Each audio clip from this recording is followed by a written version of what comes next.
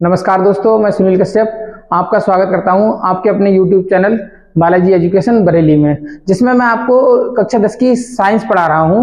और पिछले यूनिट के पिछले चैप्टर में हम कुछ चीज़ें पढ़ चुके हैं, रासायनिक अभिक्रियाएं, रासायनिक समीकरण। और जो हमारा दूसरा चैप्टर चल रहा है इसमें हम पढ़ चुके हैं सूचक, अम्ल, क्षार, ये सब पढ़ चुके हैं। और आज हम पढ़ेंगे पीएच मतलब पावर ऑफ हाइड्रोजन। तो इसमें आज हम पढ़ेंगे पीएच होता क्या है, पीएच का हमारे दैनिक जीवन में क्या महत्व है, तो इसे हम पढ़ेंगे आज। सबसे पहले पढ़ते हैं पीएच की परिभाषा।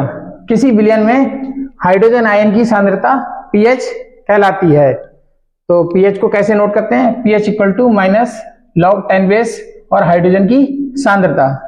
फिर नेक्स्ट हमारा टॉपिक है पीएच स्केल। पीएच स्केल क्या होता है? बेसिकली पीएच स्केल जो होता है किसी विलयन में अम्लीयता या क्षारीयता को मापने के लिए जिस स्केल का प्रयोग करते हैं उसी को हम पीएच स्केल कहते हैं। तो पीएच स्केल का मैंने यहाँ चित्र ड्रॉ किया है, इसे हम देख सकते हैं। तो इसमें 0 से लेकर 14 तक हमने लिखा है। तो 0 से लेकर 7 तक जो क्या है हमारा अम्लीय गुण है बढ़ते क्रम पे, और 7 नंबर पे क्या है उदासीन है, और 7 से लेकर 14 तक क्या है क्षारीय गुण है बढ़ते क्रम में। तो यहां मैंने पीएच स्केल के लिए लिखा है किसी विलयन की अम्लीयता या क्षारीयता को मापने के लिए जिस मापक का प्रयोग करते हैं उसे पीएच स्केल कहते हैं। अब पढ़ते हैं कुछ साधारण पदार्थों के पीएच।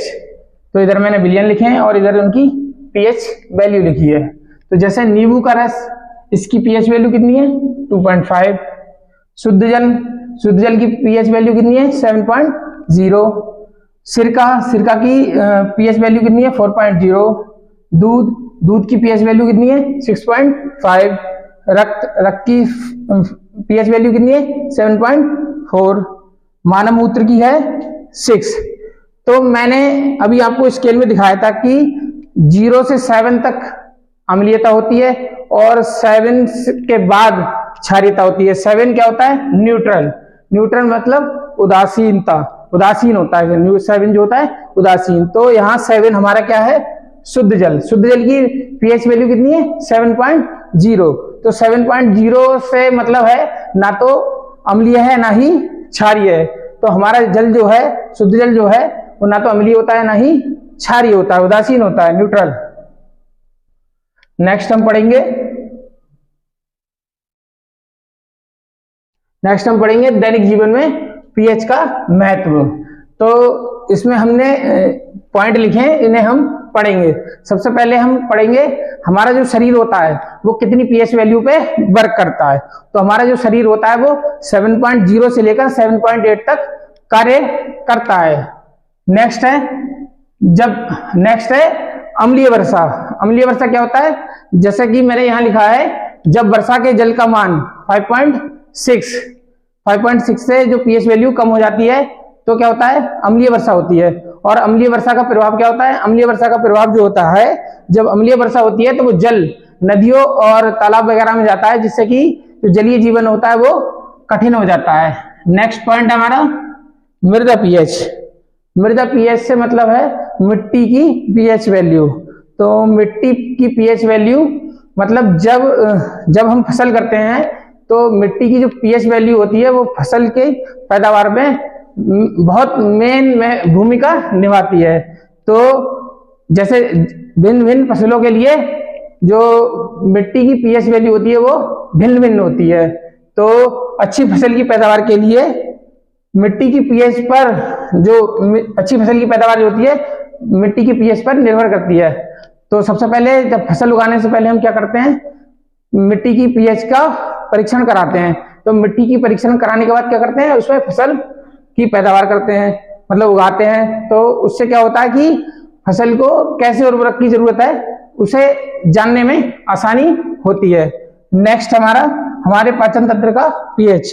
तो हमारे पाचन तंत्र का पीएच से मतलब है हमारे पाचन तंत्र में जो HCl होता है, मतलब हमारे पेट में होता है वो HCl अम्ल होता है जो कि पाचन में सहायक होता है।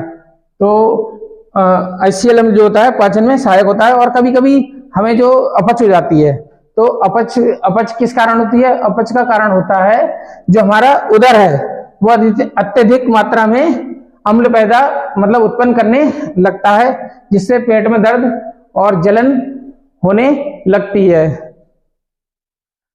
नेक्स्ट पढ़ते हैं, पीएच परिवर्तन के कारण दंत क्षय रोग, दंतों का जो होता है झड़ना।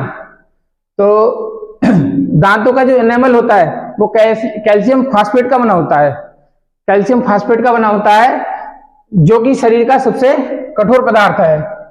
मुंह के पीएच का मान जब 5.5 से कम होने लगता है तो हमारे दांतों का क्षयना मतलब झड़ना शुरू हो जाता है।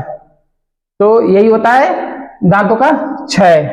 फिर नेक्स्ट टॉपिक हमारा है लवण। लवण तो हम पिछले क्लास में पढ़ चुके हैं, लेकिन हम इसे दोबारा पढ़ेंगे आज। अम्ल व क्षारक की क्रिया कराने पर जल के साथ जो पदार्थ या यौगिक बनता है उसे लवण कहते हैं। तो मैंने आपको बताया कि अम्ल व क्षारक की क्रिया कराने पर जल के साथ जो यौगिक बनता है उसे लवण कहते हैं। तो मैं आपको ये क्रिया द्वारा समझाता हूं। तो मैं सबसे पहले एक अम्ल ले लूंगा, अम्ल ले लिया मैंने HCl, और एक क्षारक ले लूंगा, क्षारक NaOH यानी कि सोडियम हाइड्रोक्साइड। और मैंने क्या बताया आपको, इस क्रिया में जल के साथ यानी जल बनेगा और जल के साथ एक यौगिक बनेगा, वो क्या बनेगा? NaCl।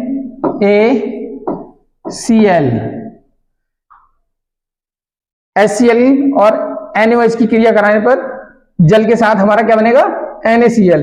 NaCl मतलब सोडियम क्लोराइड। सोडियम क्लोराइड क्या होता है? नमक होता है।